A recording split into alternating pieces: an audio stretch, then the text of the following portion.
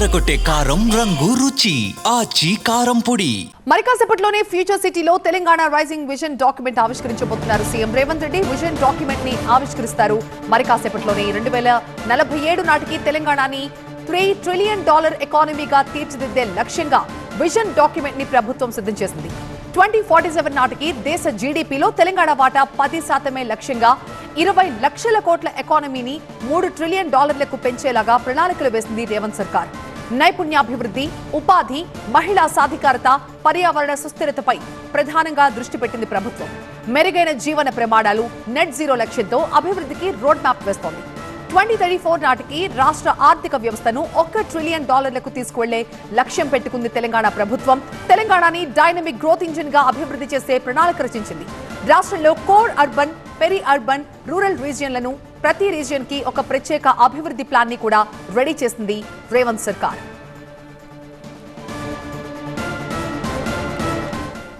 So 2 రోజుల ఈ global summit లో ఎన్నో విషయాలపై చర్చించారు. కొన్ని లక్షల కోట్ల పెట్టుబడులు వచ్చే తెలంగాణకి. మా ప్రతినిధి ప్రభాకర్ ప్రస్తుతం మనకి గ్లోబల్ సమిట్ ప్రాంగణం నుంచి లైవ్ లో ఉన్నారు మరింత సమాచారం అందించడానికి. ప్రభాకర్,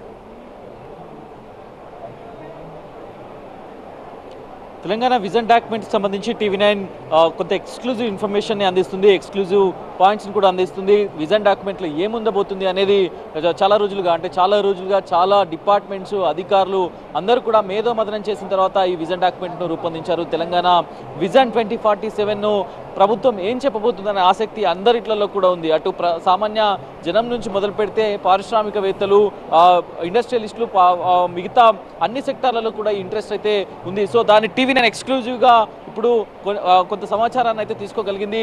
దీనిలో ప్రధానంగా $3 ట్రిలియన్ ఎకానమీ మొదటి నుంచి కూడా చెప్తున్నారు. 2047 వరకు భారతదేశ ఎకానమీలో 10% ఆఫ్ ఎకానమీని మనం కాంట్రిబ్యూట్ చేయాలి అనేది తెలంగాణ మొదటి లక్ష్యంగా పెట్టుకుంది. సో దీనిలో భాగంగానే $1 ట్రిలియన్ ఎకానమీ 2034కి 2047కి $3 ట్రిలియన్ ఎకానమీని తీసుకురావాలని తీసుకుంది. అట్లాగే ఏవైతే 3 రీజియన్స్ ఉన్నాయో, క్యూర్, రేర్ అండ్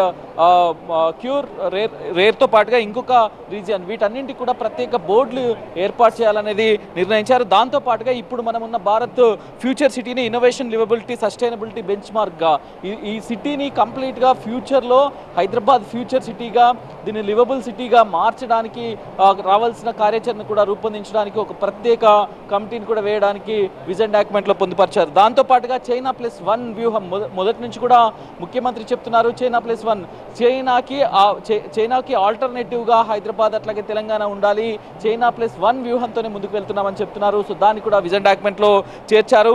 అట్లాగే ఎలక్ట్రానిక్స్ అండ్ ఫార్మాబయోటిక్స్ కోసం ప్రత్యేక జోన్లను కేటాయిస్తూ ఈ విజన్ డాక్యుమెంట్లో పొందుపరిచారు. 2047 వరకు ఏ రకమైన ఎలక్ట్రానిక్స్ హబ్గా మారబోతుంది, చైనా కానీ జపాన్ కానీ ఇట్లాంటి దేశాలు ఏ విధంగా అభివృద్ధి చెందాయి, ఎలక్ట్రానిక్స్ రంగంలో, బయోటెక్ రంగంలో ఎలా అభివృద్ధి చెందాయో సో వాటిని కూడా తయారు చేయబోతుంది. దాంతోపాటుగా ORR, RRR మధ్య భారీ ఇండస్ట్రియల్ గ్రోత్ కారిడార్స్ని ఏర్పాటు చేసే విధంగా 2047 కల్లా గ్రోత్ కారిడార్స్ ఏ విధంగా ఉండబోతున్నాయి అనేది కూడా ఈ విజన్ డాక్యుమెంట్లో పేర్కొనబోతుంది. దాంతోపాటుగా రూరల్ డెవలప్మెంట్కి సంబంధించి రూరల్ ఎకానమీ చాలా ఇంపార్టెంట్గా చెప్తున్నారు.